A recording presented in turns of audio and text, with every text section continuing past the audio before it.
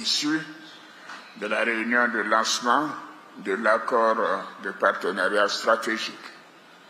À cet égard, je tiens à féliciter nos experts et nos ministres qui, au sein du comité conjoint d'exécution et de suivi, ont produit un travail de qualité.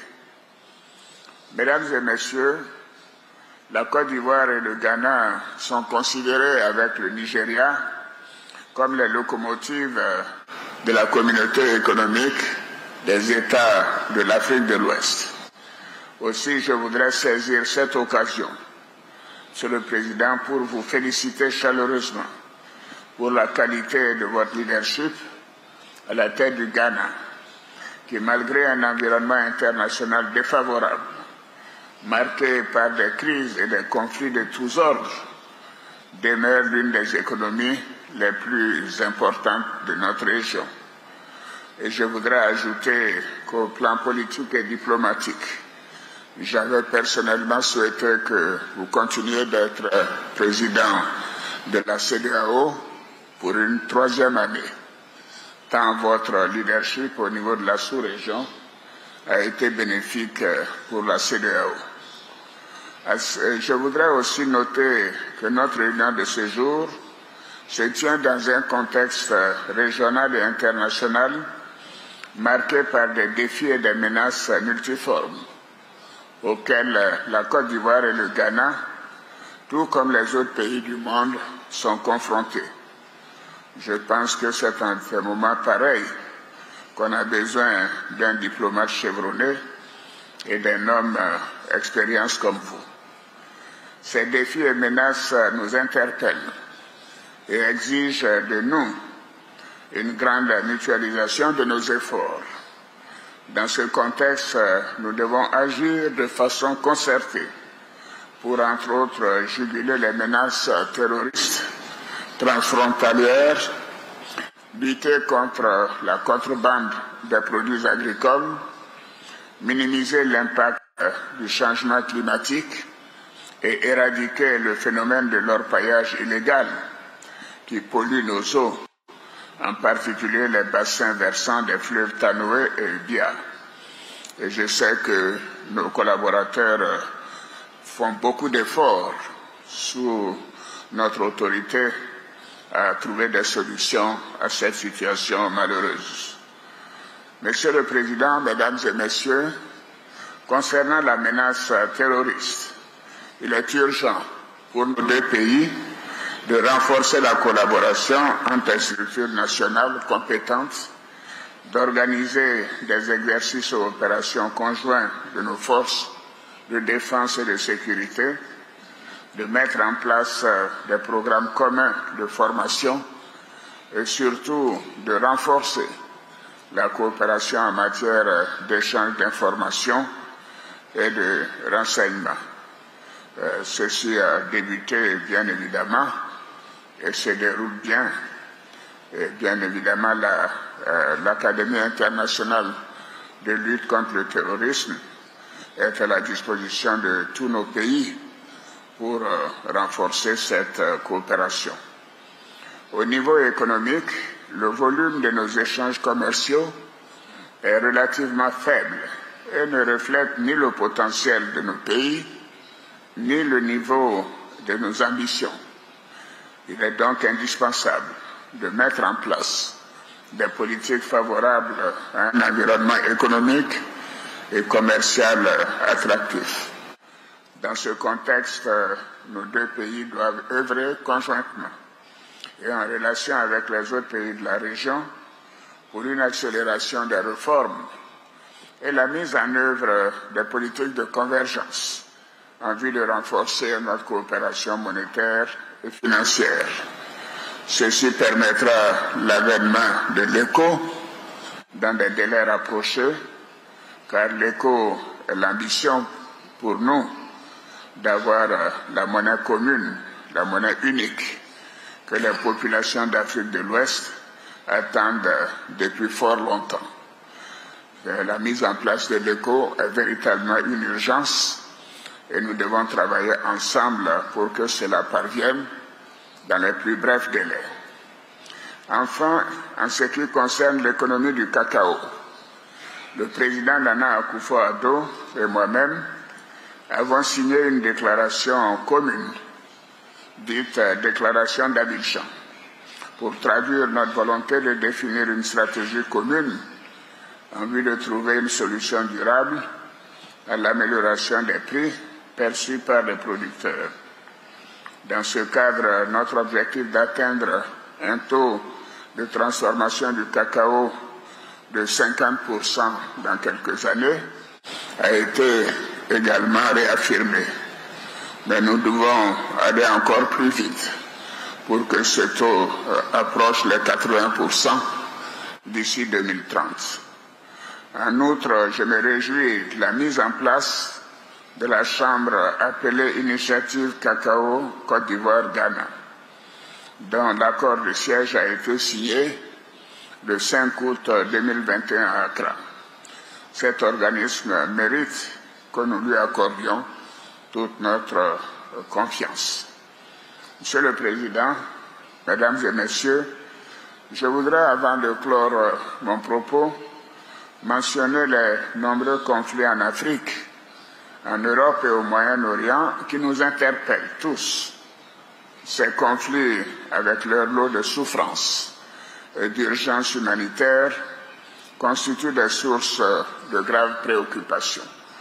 Il est donc de notre responsabilité de continuer à appeler à la résolution pacifique de ces différends et à démarrer que les populations vulnérables puissent avoir accès sans restriction à l'aide humanitaire. Monsieur le Président, chers frères, je voudrais vous réitérer mes vifs remerciements au Président Nana Akufo-Addo pour sa présence qui démontre encore une fois notre attachement à la coopération ivoiro-ghanaenne. Vous savez à quel point nous sommes attachés au peuple ghanéen et je voudrais vous remercier pour toutes les attentions dont j'ai été l'objet chaque fois que je me suis rendu au Ghana, que ce soit à Accra ou à Kumasi, tout en souhaitant de bons et fructueux travaux à tous. Je déclare ouverte la première conférence au sommet des chefs d'État de l'accord de partenariat stratégique entre la Côte d'Ivoire et le Ghana. Thank you all.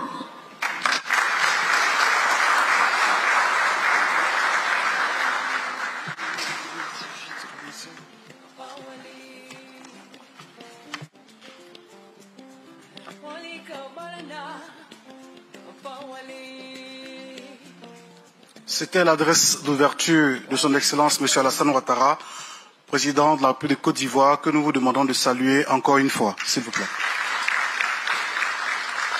À présent, très respectueusement, nous invitons pour son intervention son Excellence Nana Akufo-Addo, président de la République du Ghana.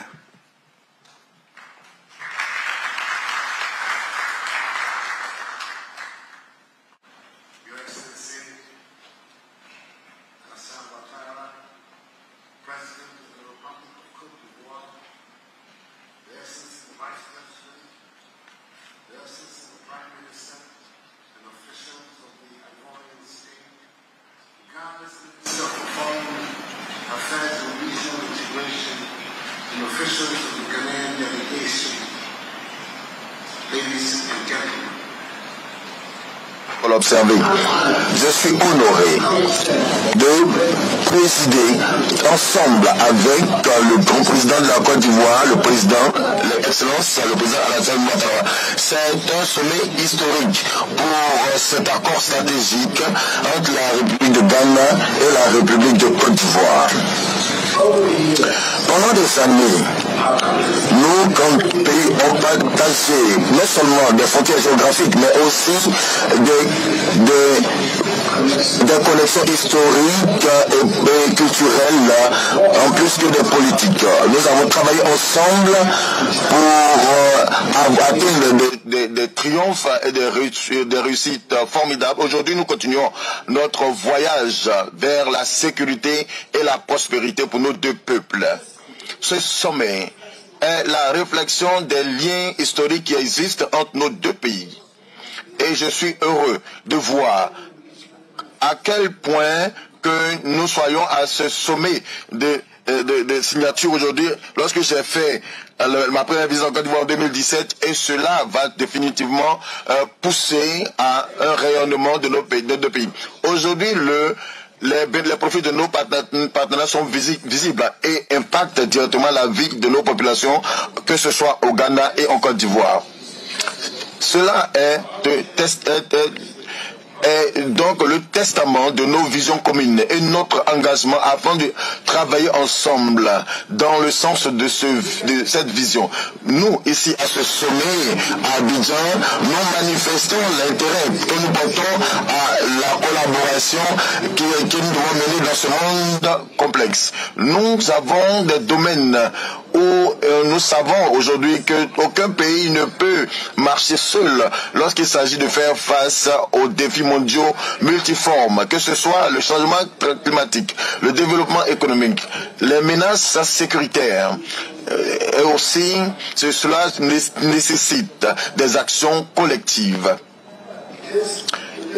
C'est dans cet esprit d'unité que nous nous sommes retrouvés ici à ce sommet afin d'explorer les moyens à travers lesquels la Côte d'Ivoire et le Ghana vont continuer à renforcer la coopération pour un intérêt mutuel de nos populations. Depuis le 2017, notre coopération s'est étendue au-delà des barrières traditionnelles et cela nous plaît dans la mesure où nous avons pu faire des progrès dans le domaine du cacao qui depuis est donc la pierre angulaire de nos deux économies.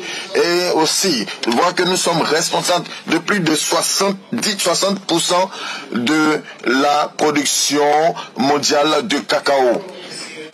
En avril de cette année, nous allons avoir un siège commun au Ghana pour l'initiative de coopération cacao et la Côte d'Ivoire sera secrétaire général. Et c'est une avancée considérable dans notre effort pour nous assurer et surtout assurer que nos producteurs agricoles puissent avoir le revenu juste de leurs efforts dans les productions agricoles. Et si il s'agit du symbole de notre engagement pour assurer de sécuriser le futur de notre cacao et nous assurer que cela reste compétitif et durable.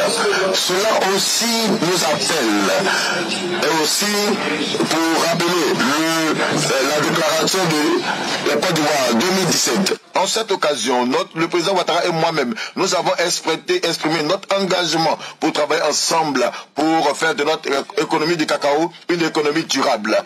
Aussi, nous voulons placer les pays producteurs du cacao au cœur du système du cacao. Pour que nous puissions partager les valeurs des retombées de ces productions, étant donné que les producteurs ont leurs ressources de subsistance qui en dépendent. À présent, nous avons fait des avancées majeures pour garantir que les producteurs de cacao soient récompensés de façon juste pour leur contribution. C'est une contribution claire lorsqu'il s'agit d'emmener les pays à travailler ensemble. Notre partenariat, toutefois, va au-delà du cacao. Nous avons fait des progrès majeurs dans d'autres domaines lorsqu'il s'agit aussi de la collaboration récente entre la société SMB et aussi le Ghana Oil Kogol dans le secteur routier. Et Monsieur le Président, je salue votre Président pour vos rôles que vous avez pu faire et le SMB aussi pour ce que vous avez fait dans ce domaine.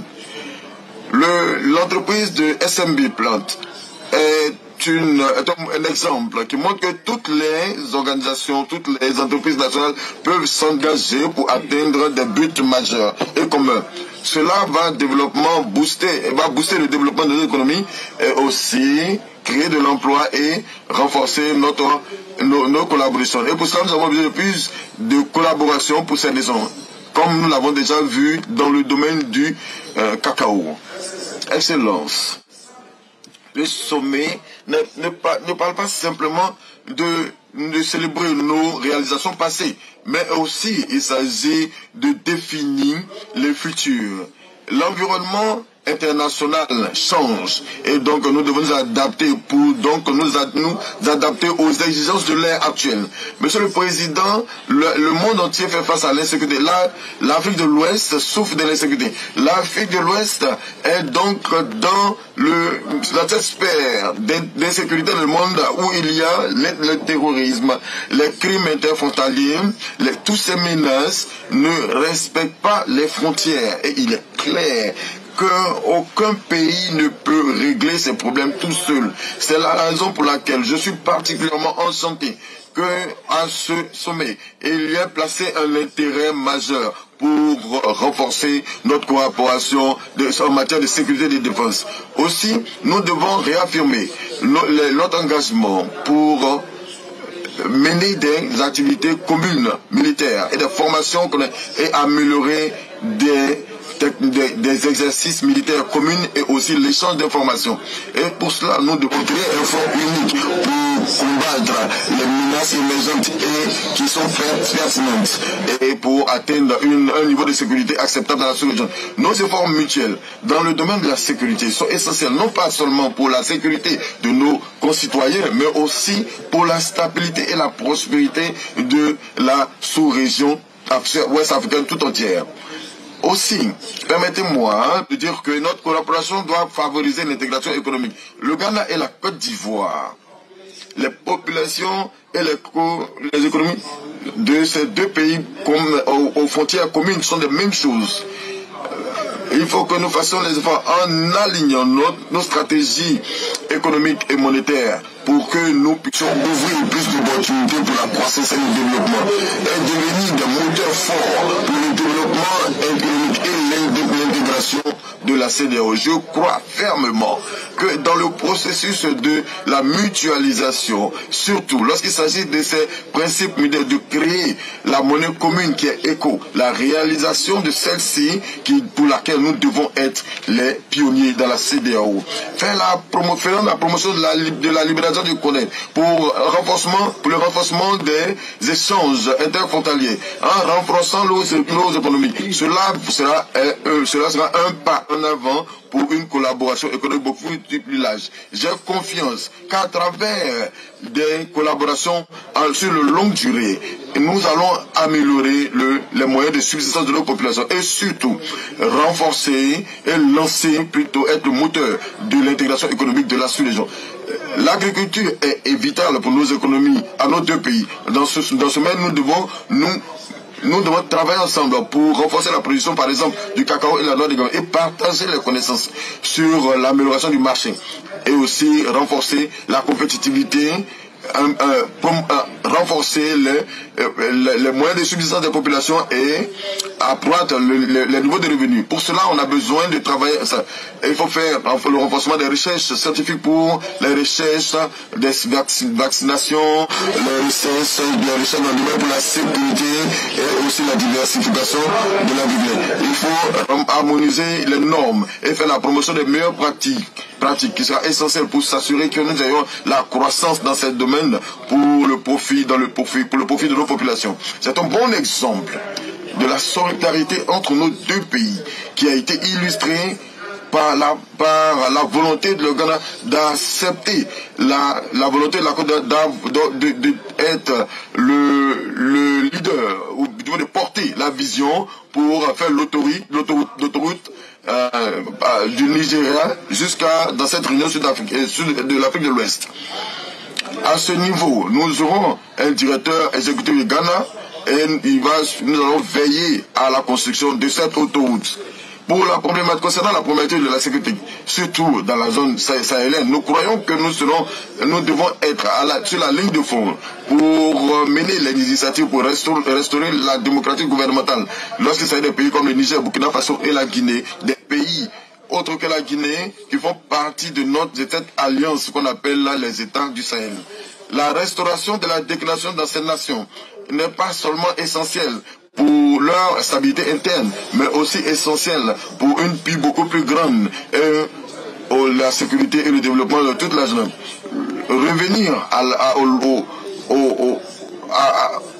la Constitution pour rétablir la sécurité et aussi faire face aux terroristes et aussi les problèmes liés à l'économie, cela est essentiel. Il faut aussi avoir un Sahel stable et démocratique va renforcer la sécurité de notre continent.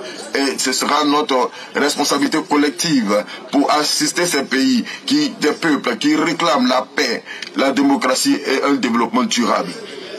En plus de cela, nous devons condamner fortement la guerre en cours au Soudan et dénoncer la souffrance de ces millions de Soudanais. Aussi, nous devons appeler immédiatement à un cessez-le-feu pour créer les conditions nécessaires pour des politiques politiques qui mettraient fin à ce conflit et surtout à la souffrance des populations du Soudan. C'est seulement à travers le dialogue et aussi des négociations inclusives que la paix sera restaurée au Soudan. Aussi, la communauté internationale doit rester forte et ferme pour soutenir toute initiative pour alléger la crise humanitaire et surtout instaurer la résolution pacifique de la crise. Pour ce qui est des défis liés au monde entier, nous devons faire le plaidoyer constant pour le dialogue, pour la réduction des tensions et la résolution pacifique des conflits, particulièrement dans les régions comme le Moyen-Orient où la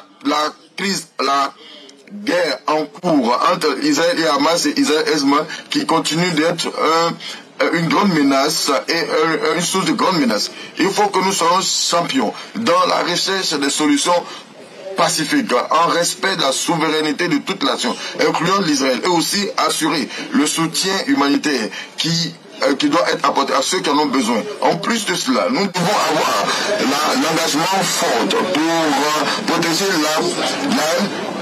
respect de la territoire des nations comme l'Ukraine, condamner la violation et surtout la violation des cessez-le-feu et surtout de promouvoir le dialogue. Ensemble, faire un plaidoyer persistant et insistant pour qu'il y ait la paix dans le monde. Les crises en cours, les conflits dans le monde présentent que le Conseil de sécurité a besoin de réagir pour maintenir la paix et la sécurité en réglant aussi les crises modernes. La structure actuelle et composition du Conseil de sécurité doit être mise à jour puisqu'elle n'est plus en conformité avec les réalités du monde pour qu'elle puisse régler les situations actuelles. La population du monde de plus de 1,4 milliard de population est exclue de la représentation permanente du Conseil de sécurité.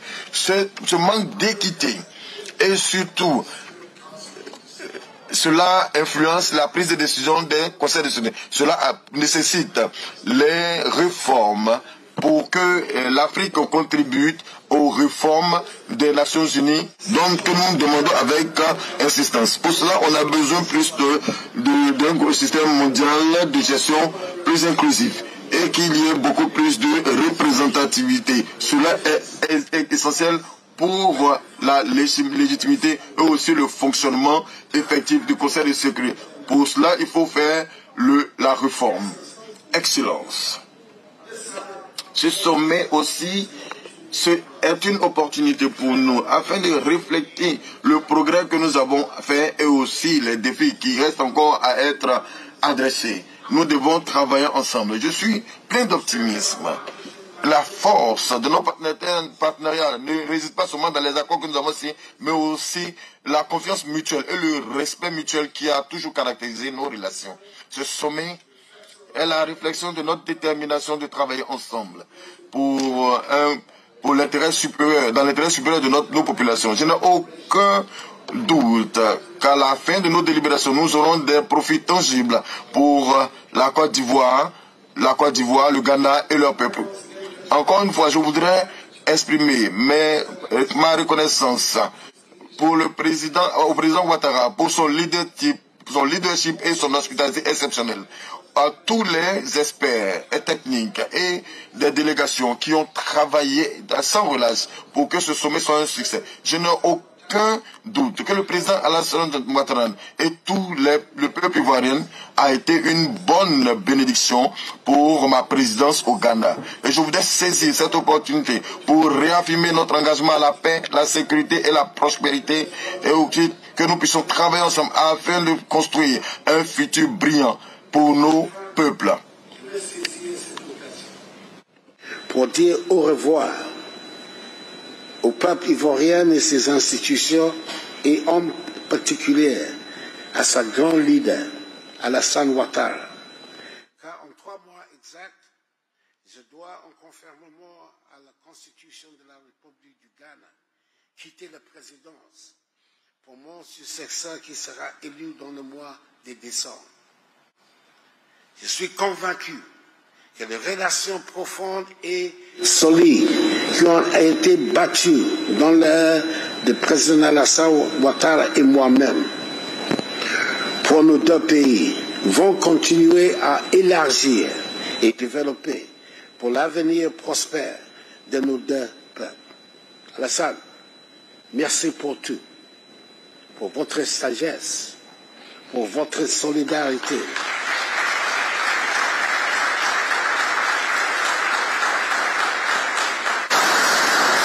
Pour votre solidarité et surtout pour votre amitié.